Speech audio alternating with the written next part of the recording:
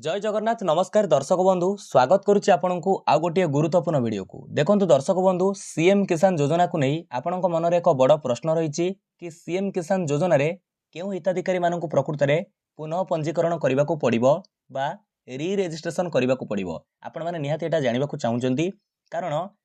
जो ओडिशा गवर्नमेंट तरफ ओडिशा सरकार तरफ सूचना रही कि जो हिताधिकारी केवल सीएम किसान योजनार टंका पाउछंती तांकर सीएम किसान रो सहायता टंका जारी रखा सेप्टेम्बर 7 तारिख पूर्व पुनः पंजीकरण करने को पड़ो। तेणु से दृष्टि विचार कले अनेक हिताधिकारी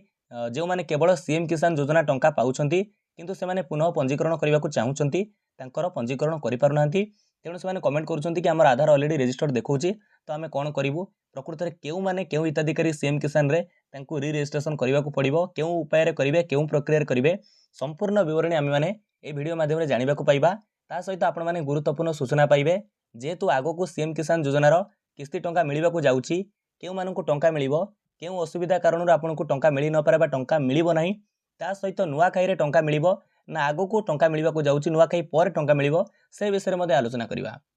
चलंतु वीडियोटी आपनको पई गुरुत्वपूर्ण रहइबो। प्रथमे हमें जानिबा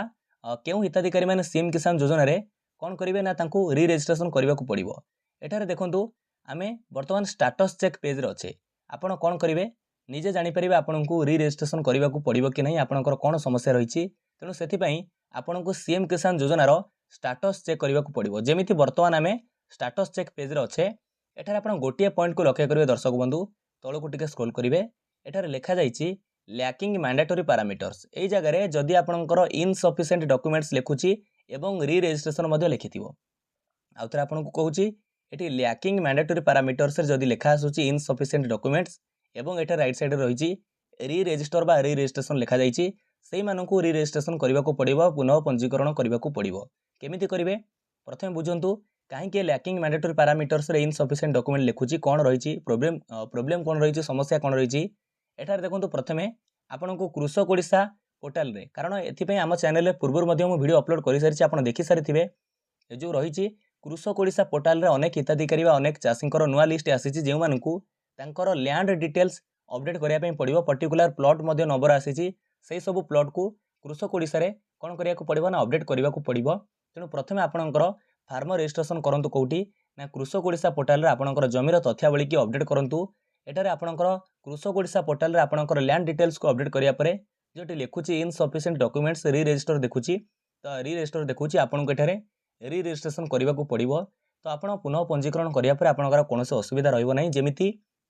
पूर्व आप सीएम किसान योजनार टंका पाउथिले सेमिति टंका पाई चलिए। तेणु केउ मानकु बुझी पारिले रि रजिस्ट्रेशन करबा को पड़िबो जो मानकर एठी लैकिंग मैंडेटरी पैरामीटर्स रे एने देखौछि तांकर कोनोसे असुविधा नाही आ जो मानकर इनसफिशिएंट डॉक्यूमेंट्स लिखुछि एठारे मध्ये रि रजिस्ट्रेशन करिया पई कहूछि तो आपन कि रि रजिस्ट्रेशन करबा को पड़िबो पुनः पंजीकरण करबा को पड़िबो। प्रथमे आपनकर कृषक ओडिशा पोर्टल रे जमीर तथ्यावली लैंड डिटेल्स को अपडेट करिवे तापर एठारे जाई रि रजिस्ट्रेशन करिवे।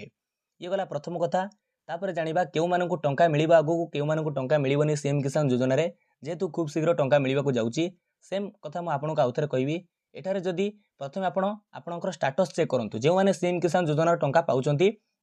सेमानकु तांकर गोटे थर स्टेटस चेक करिया को पड़िबो। स्टेटस चेक करिया पर आपण जानि परिबे एठारे जदी इनसफिशिएंट डॉक्यूमेंट्स लिखुची आपण ताकू रि रजिस्ट्रेशन करू नाहंती तेबे आपण आगामी किस्तर टंका पाई परिबे नाही सेठारे आपनको बाद दिया जिवो। तेणु चेक कले ही जानि परिबे आपनकर एठी भूल रही जमीर डिटेल्स अपडेट करिया कहूछि कि इनसफिशिएंट इनफॉरमेशन डॉक्यूमेंट्स रही। तेणु स्टेटस चेक कले जानि परिबे जहार एठी शो करूछि एमिति तांकु टंका मिलिबोनी जे ताकु सुधार आनिबे तांकु ही टंका मिलिबो। तेणु एक कथा को आपण टिके ध्यान रखिबे बुझी पारिले काहाकु टंका मिलिबो काहाकु टंका मिलिबो नाही। तापरे आपनकर प्रश्न रही ओडिशा गवर्नमेंट ओडिशा सरकार